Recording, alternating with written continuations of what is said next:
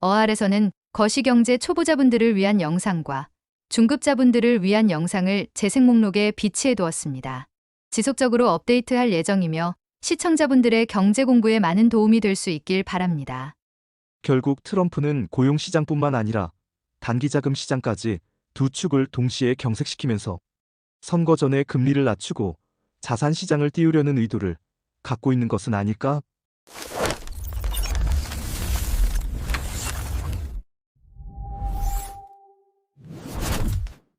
유동성은 투자에서 가장 핵심적인 요소 중 하나죠.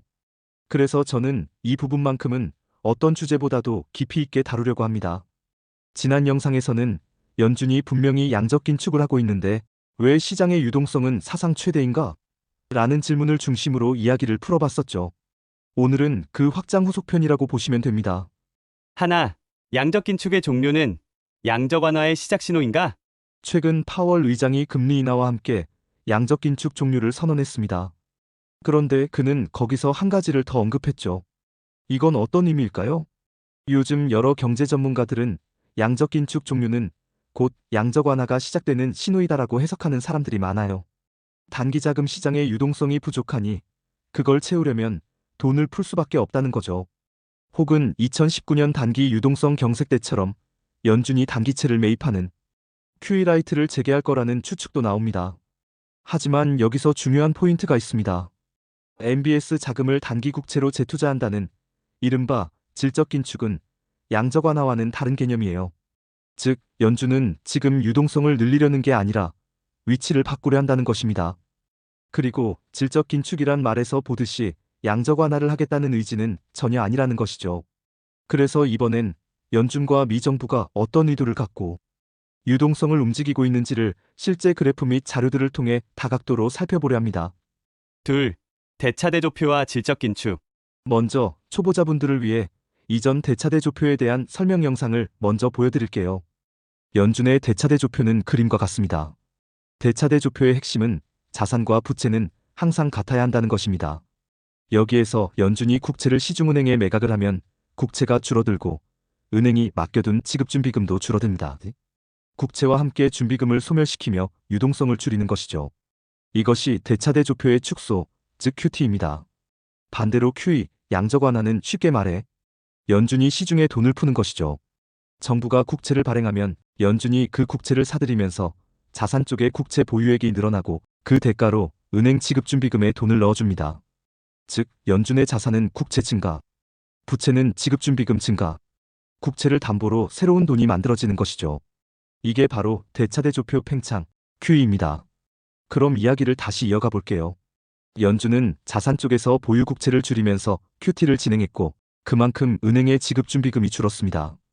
그런데 동시에 정부는 단기채를 늘리며 TGA를 불렸죠. 즉 QT로 유동성을 줄였는데 다른 편에선 재정정책으로 TGA를 늘렸습니다.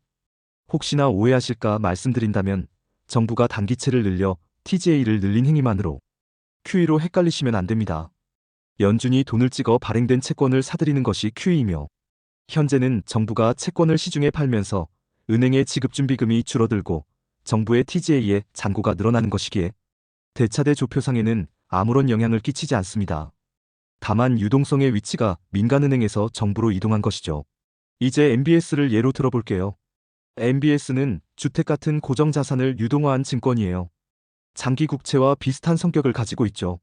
일반적인 QT, 즉 양적 긴축이라면 연준이 자산의 국채를 시중에 팔고 그만큼 부채의 지급준비금이 줄어들게 됩니다.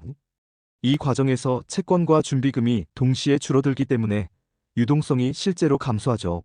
하지만 파월이 말한 것처럼 MBS가 만기되어 현금이 들어오면 자산 쪽의 MBS와 부채 쪽의 지급준비금이 함께 줄어듭니다. 여기까지는 QT의 기본 구조예요. 그런데 여기서 멈추지 않고 연준이 그 줄어든 지급준비금으로 단기 국채를 다시 사버리면 자산에서 국채가 늘어나고 줄어든 준비금만큼 TGA가 채워지게 되죠. 그래서 이건 대차대조가 줄어들며 유동성을 줄이는 게 아니라 돈의 위치만 옮기는 행위예요. 즉, 장기 MBS 소유를 단기 국채 소유로 바꿔 안정성을 높이고 민간에서 정부 쪽으로 돈을 옮기는 겁니다. 이걸 질적 긴축이라고 부르죠. 그런데 이거 어디서 많이 보지 않았나요? 맞아요. 지난 영상에서 말씀드렸던 유동성의 재배치, 즉 단기자금 시장의 역레포와 준비금이 금리가 더 높은 단기채를 구매하면서 역레포와 준비금은 줄어들고 TGA는 늘어나는 대차대 조표에는 아무 영향 없이 단기 유동성이 민간에서 정부로 옮겨간 것과 똑같은 원리입니다. 질적 긴축은 표면적으로는 장기금리 안정을 위한 조치이지만 유동성의 재배치 역할도 하고 있는 것이죠. 오늘은 주제의 논지상 질적 긴축의 다른 이유는 다루지 않고 여기까지만 설명하고 넘어갈게요. 셋. 단기금리 복도를 통해 본 현재. 지금 이야기하는 부분은 단기자금 시장에 대한 사전 지식이 필요해서 이전 설명 영상을 먼저 보신 후 시작할게요. 최대한 쉽게 만든 그래프인데 어려우신가요? 초보분들은 일단 SOFR 까만 선의 위치가 어떤 의미인지만 알고 계셔도 충분합니다. 여기서 설명드리는 금리 수준은 현재 금리를 기준으로 한 예시이며 연준의 정책 결정에 따라 언제든 달라질 수 있다는 점을 먼저 말씀드립니다. 단기자금 시장은 기준금리를 중심으로 움직여요. 기준금리는 보통 25bp 단위로 조정되는데 예를 들어 현재 기준금리가 4.25%라면 이는 4.00%에서 4.25% 구간에서 단기금리가 형성된다는 뜻입니다. 즉 4.25%가 금리 복도의 상단, 즉 정책 한계선이 되는 것이죠. 이제 금리 복도의 각 층을 살펴보겠습니다. RRP 금리 바닥. 연준은 시중에 남아도는 초과자금을 흡수하기 위해 역레포 시장이라는 통로를 만들어 두었습니다. 여기서 적용되는 금리가 바로 금리 복도의 바닥선이에요. 즉, 돈이 갈 데가 없을 때 최소한 이 정도 이자는 받을 수 있도록 정해둔 금리입니다. 현재 기준으로 4.0%라면 시중의 단기 여유자금이 최소한 이 정도의 이자를 받을 수 있다는 뜻이죠. 이것이 금리의 바닥입니다. IORB 금리, 사실상의 정책 상단. 은행은 연준의 예치한 지급준비금에 대해 이자를 받습니다. 이 금리는 보통 정책 최상단 SRF보다 10bp 정도 낮은 수준, 현재와 같은 경우 4.15% 정도로 설정됩니다. 은행 입장에서는 단기적으로 연준에 맡기기만 해도 이자를 받기 때문에 굳이 더 낮은 금리로 대출을 내줄 이유가 없죠.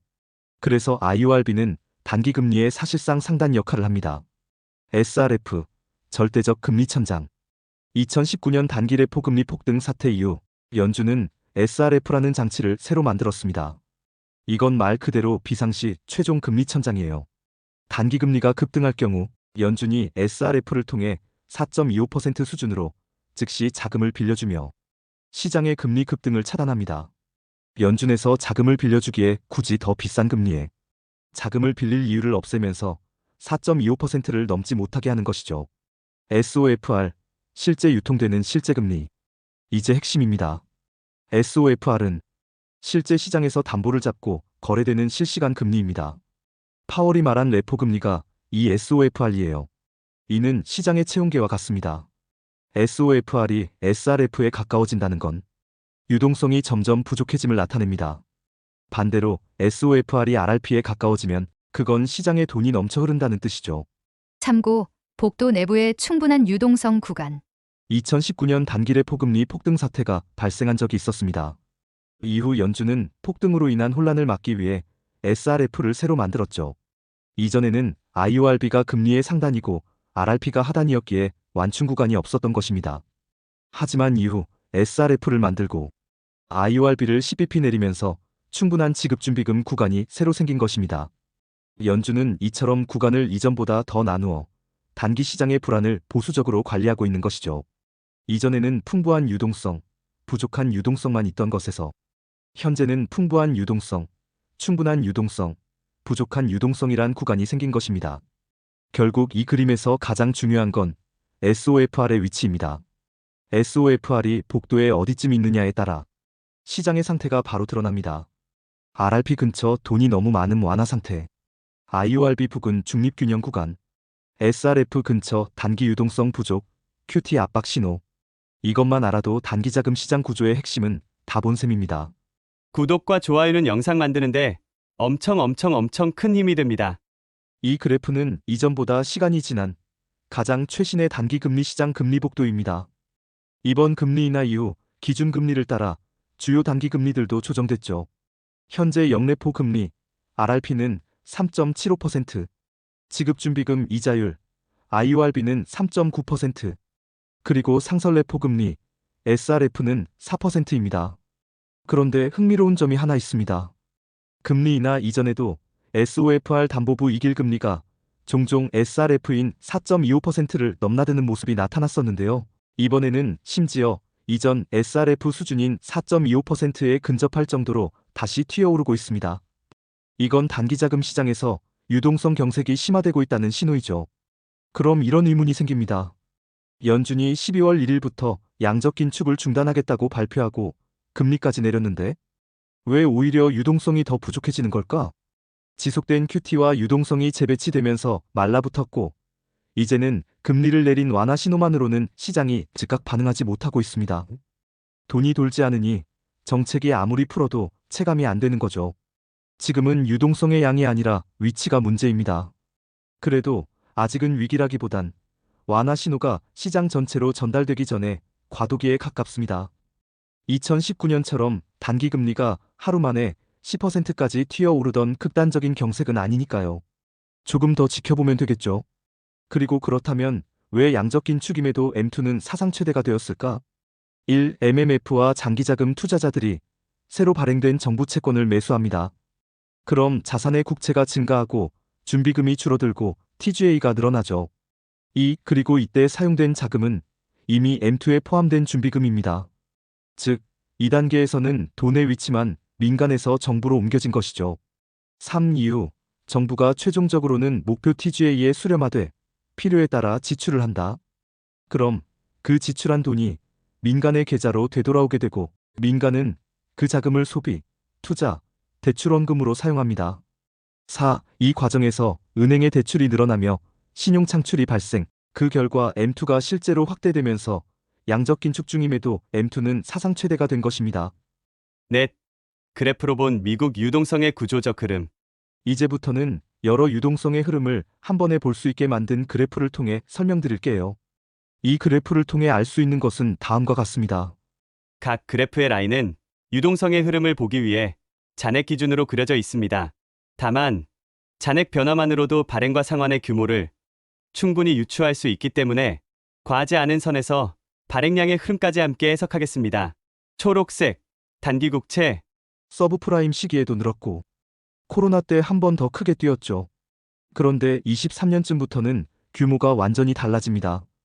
이건 스테이블 코인 수요의 영향도 조금 있겠지만 그건 전체의 3% 정도밖에 안 돼요. 진짜 이유는 따로 있죠.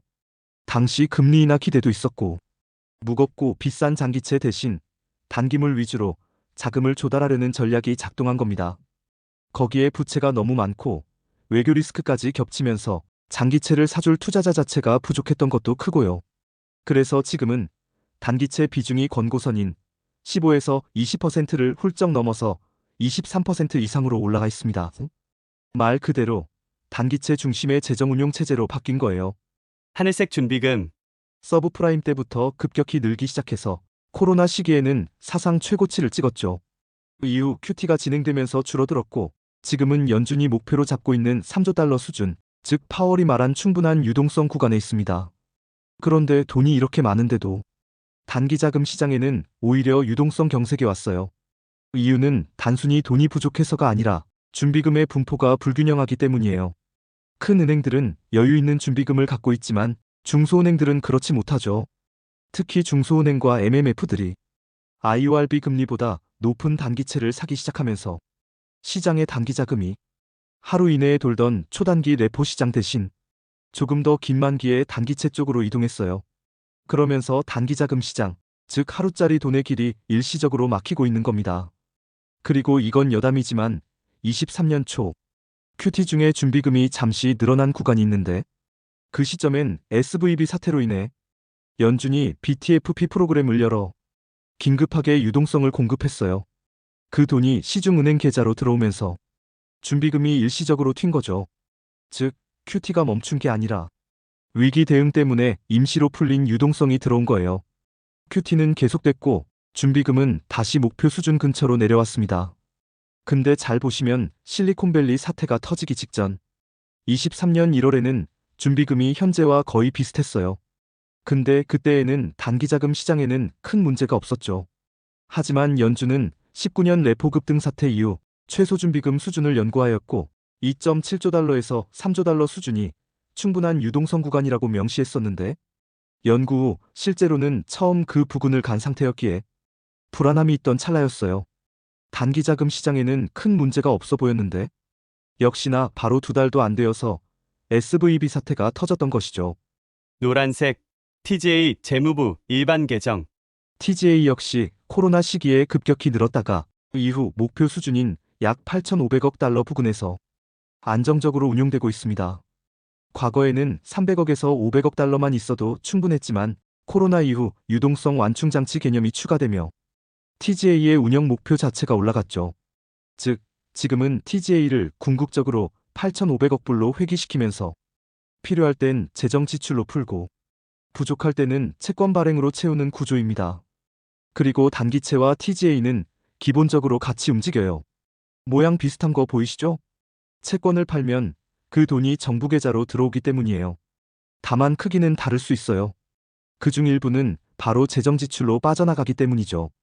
23년 이후 단기채 발행이 엄청 늘었는데 TGA가 예전만큼 오르지 않은 건 그만큼 바로 써버렸다는 뜻이에요.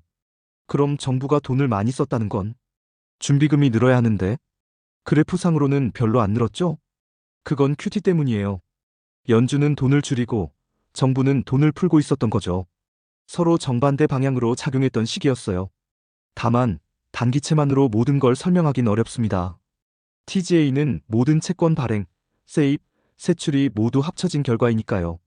그럼에도 불구하고 2023년 이후처럼 단기채 발행 비중이 비정상적으로 높았던 시기엔 단기채의 움직임만으로도 어느 정도 유동성의 방향과 정부 자금 흐름을 읽을 수 있는 거죠. 결국 현재는 TGA도 준비금도 모두 상당히 충분한 수준으로 유지되고 있습니다. 회색 영래포. RRP는 2013년 파일럿 테스트로 시작되었지만 2021년 이후 본격적으로 가동되면서 시장의 핵심 도구가 되었습니다. 그래프를 보면 코로나 이후 단기 국채와 데칼코마니처럼 반대 방향으로 움직이죠. 즉, 단기채가 늘어난 만큼 영래포 잔고가 줄어들었고 이는 단기채가 RRP 자금을 흡수했다는 사실을 보여줍니다. 그래서 지금 RRP에는 여유 자금이 없는 거예요. RRP는 한때 2.6조 달러까지 쌓였지만 현재는 QT와 단기채 발행 증가로 거의 고갈 상태입니다. 영상 끝까지 시청 부탁드립니다. 5. 결론. 그렇다면 연준은 지금의 단기 자금 경색을 어떻게 풀려 할까요? 아까 말씀드렸듯 많은 사람들이 QE 또는 QE-라이트로 해결할 거라고들 말합니다. 그런데 제가 생각하기에는 조금 다릅니다. 지금의 단기 자금 경색은 어떤 사고가 아니라 미 정부가 단기채 중심으로 자금을 운영한 결과예요. 즉, 시스템 붕괴가 아니라 정책 설계의 부산물이죠. 그래서 사람들이 말하는 QE를 꺼낼 가능성은 매우 낮다고 저는 생각합니다. 저는 일단 연준이 지금처럼 SRF만으로 임시적으로 운영할 것 같습니다. SRF를 통해 단기적으로 유동성을 계속 공급해보고 그래도 잘 안 잡힌다면 단기채 발행량과 발행 시점을 미세하게 조정하지 않을까 생각하고요. 그러나 경제란 언제 어떻게 변할지 모르는 것이기에 혹시 상황이 더 악화돼 SRF나 단기채 발행을 조절하는 것으로도 안 된다면 그때는 QE-라이트를 임시적으로 쓸 수는 있겠죠. 그러나 제가 QE까지는 절대 가지 않을 거라 보는 이유가 있습니다. 선거 때문이죠. 2026년 11월은 미국의 중간선거입니다. 트럼프는 여기서 지면 이미 재선이기에 바로 식물 대통령이 되죠. 이 선거를 사활을 걸고 이겨야 하는 이유입니다. 그런데 QE를 한다는 건 곧 경제가 망가졌다는 걸 스스로 인정하는 행위가 되죠. 절대 쉽게 꺼낼 수 있는 카드가 아닙니다. 그리고 QE는 낮은 금리로도 문제를 해결할 수 없을 때 마지막에 쓰는 카드인데 현재 금리는 4% 수준. 이 상황에서 QE를 하면 인플레가 폭발합니다. 즉, 선거 전에 꺼내기엔 너무 위험한 카드이죠. 그리고 구조적으로 보면 현재 미국의 시스템 유동성은 충분합니다. 서브프라임 때보다 많고 코로나 때보다는 약간 적은 정도. 4조 달러 수준의 준비금은 결코 적은 규모가 아니죠. 그런데도 단기 경색이 나타나는 이유, 유동성의 재배치, 그리고 12월 1일 연준이 QT를 종료한 뒤 시행 예정인 질적 긴축 역시 결국은 단기채 중심으로 또 재배치하는 것이죠. 즉 유동성의 위치를 이동시키는 정책적 설계입니다. 저는 이 모든 흐름이 트럼프 행정부가 금리 인하 명분을 만들기 위해 설계한 부분도 좀 있지 않을까 생각합니다. 일단 트럼프는 선거 이전에 금리 인상이 되는 상황을 절대 만들어서는 안 돼요. 금리가 오르는 그 순간부터 투자 심리는 즉각 위축되고 지금까지 증시를 달고 온 버블들은 한순간에 식어버리게 되죠. 트럼프 입장에서는 금리 인하를 통해 자산 시장을 띄워야 하는데 금리 인상이 발생한다는 건 그 모든 전략이 무너진다는 뜻이니까요. 매우 절박하게 막아야 하는 상황입니다. 그래서 트럼프는 금리 인하 명분을 만들기 위해 고용시장도 조절하고 있다고 생각합니다. 이민을 제한했고 노동지표가 잘못되었다며 노동국장을 해고했었죠. 그리고 지금은 셧다운으로 고용이 실제로 줄어들고 있습니다. 겉보기엔 행정마비지만 속으로 보면 고용을 줄여 금리 인하의 명분을 만드는 과정이죠. 게다가 관세로 인한 인플레는 고용 악화로 소비가 줄면 자연스럽게 억제됩니다. 즉, 고용 악화 플러스 소비 위축은 인플레 완화. 이 조합은 금리 인하의 명분을 완성시키는 구조입니다. 결국 트럼프는 고용 시장뿐만 아니라 단기자금 시장까지 두 축을 동시에 경색시키면서 선거 전에 금리를 낮추고 자산 시장을 띄우려는 의도를 갖고 있는 것은 아닐까? 하지만 이것이 의도였는지 아니었는지는 중요하지 않아요. 정책 설계가 의도하지 않았더라도 결과적으로 시장은 그렇게 흘러갔으니까요. 그리고 그 흐름은 금리 인하를 정당화하는 환경을 스스로 만들어내고 있습니다. 현재의 4% 금리는 너무 높습니다. 이 금리로는 시중에 잠든 유동성을 깨우기가 어렵죠. 이젠 이자로 돈을 못 번다는 인식이 퍼져야 돈이 위험자산으로 이동하기 시작할 텐데 아직 그 임계점에는 도달하지 못했습니다. 그래서 트럼프 정부는 금리를 계속 낮추며 돈의 방향을 바꾸려는 설계를 추진하고 있는 것이죠. 그 과정에서 정부는 시중 유동성을 TGA 같은 자기 계좌로 재배치해 시장 전체를 통제 가능한 범위 안에 두고 있습니다. 4조 달러의 유동성은 비상금이자 밸브입니다. 원하는 시점에 원하는 방향으로 풀 수 있는 그 자체가 이 정책의 핵심이죠. 다만 한 가지 짚고 넘어가야 할 점이 있습니다. 연준이 목표로 하는 중립금리는 2.75에서 3% 수준이에요. 만약 금리가 이 수준까지 인하된다고 하더라도 과거의 초저금리 시대만큼 폭발적인 유동성장이 올 수 있을까요? 위험 자산으로 가기에는 이것도 금리가 높아 보이기는 합니다. 하지만 그럼에도 불구하고 트럼프는 어떻게든 자산 시장을 부양할 동력을 만들지 않을까? 투자는 분위기와 심리가 중요하니까 유동성 장과 분위기와 심리가 합쳐진다면 또 어떤 결과가 나올지는 모릅니다. 그래서 지금은 섣불리 흐름을 예단하려 하기보다 유동성의 흐름을 면밀히 살피면서 다가올 유동성장을 준비해야 할 때입니다. 이 영상은 오로지 미국의 유동성만을 분석한 것입니다. 경제는 다각도의 분석이 필요하기에 이 부분 유념하시며 신중히 투자하시기 바랍니다. 영상이 마음에 드셨다면 구독, 좋아요, 알림 설정까지 부탁드립니다.